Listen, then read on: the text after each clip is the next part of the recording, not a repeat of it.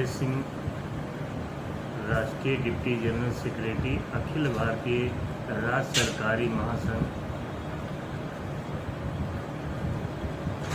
आज पूरे भारतवर्ष में जो आउटसोर्सिंग व्यवस्था है, इसको सरकार को ख़त्म करना चाहिए। आउटसोर्सिंग व्यवस्था जो है एक बहुत बड़ा एक घोटाला है,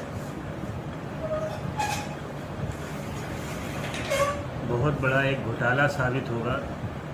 जो सरकार द्वारा अगर 10,000 रुपया दिया जाता है तो श्रमिकों को 5,000 3,000 रुपया दिया जा रहा है।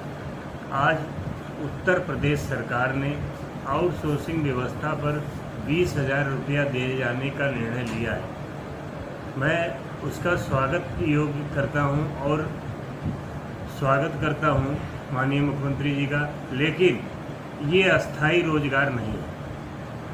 मैं माननीय मुख्यमंत्री जी से अपील करता हूं कि श्रमिकों को कम से कम मानदेय के रूप में 30,000 रुपया दिया जाए, और जहां तक हो हाई मदद जो 4.5 लाख पद चतुर्थ श्रेणी के उत्तर प्रदेश में खाली हैं, अस्थायी नियुक्ति होनी चाहिए, जिससे मध्यम वर्ग, गरीब वर्ग के परिवार किसी तरह हाई स्कूल इंटरमीडिएट परीक्षा पास कर लेते थे, जिससे उनके परिवार को चतुर्थ श्रेणी की और ड्राइवर की जगह नियुक्ति हो जाती थी। वो भी सरकार ने छीन लिया। आज बराबर ज्ञापन निकल रहा है। मैं उस ज्ञापन से मैं बहुत खुश नहीं हूँ। समाज एक तरह इसको दबाने का और निजीकरण की ओर ले जाने की व्यवस्था है। युवाओं की कमर तोड़ने के लिए ऐसे काम किए जा रहे हैं। जब सरकार के पास अस्थाई पद हैं, स्वीकृत पद हैं, तो उसको पहले भरना चाहिए।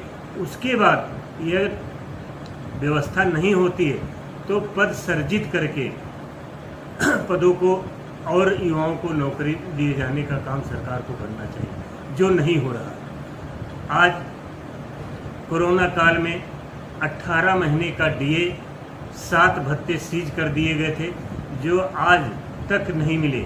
बराबर निरंतर मांग की जा रही है, सभी संगठनों द्वारा लगभग की जा रही, लेकिन सरकार द्वारा इस पर मौन धारण है, कोई भी सुनवाई नहीं हो रही।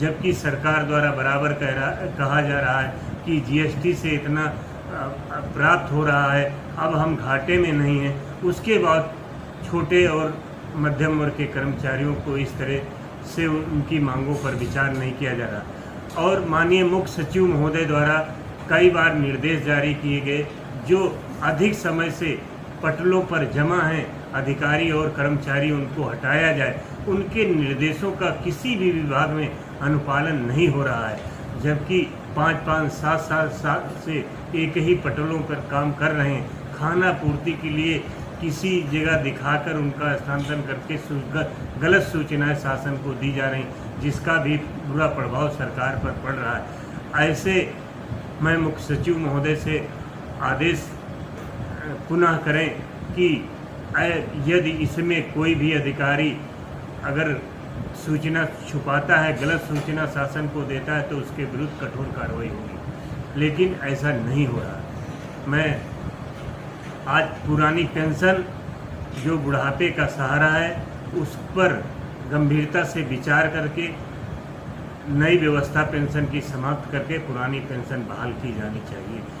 जो केंद्र से बराबर और भर्ती के लिए माननीय प्रधानमंत्री जी को भी ज्ञापन दिया गया, समस्त सांसदों को दिया गया, समस्त राज्यसभा सदस्यों को दिया गया, समस्त राज्य के मुख्यमंत्रियों को ज्ञापन दिया गया, अखिल भारतीय चतुर्थ श्रेणी राज्य कर्मचारी महासंघ की ओर से, और जंतर मंतर पर हम लोग धरना के माध्यम से भी ज्ञापन दिया गया, लेकिन आज तक कोई सुनवाई नहीं हुई। वही हाल यूपी में है, अन्य राज्यों में है। मैं पुनः माननीय प्रधानमंत्री जी से और समस्त राज्य के मुख्यमंत्रियों से अपील करता हूं कि जितने स्वीकृत पद हैं उनको अभियान चलाकर रिक्त पदों को भरा जाना चाहिए। यही मेरी मांग है। जय सिंह, जय।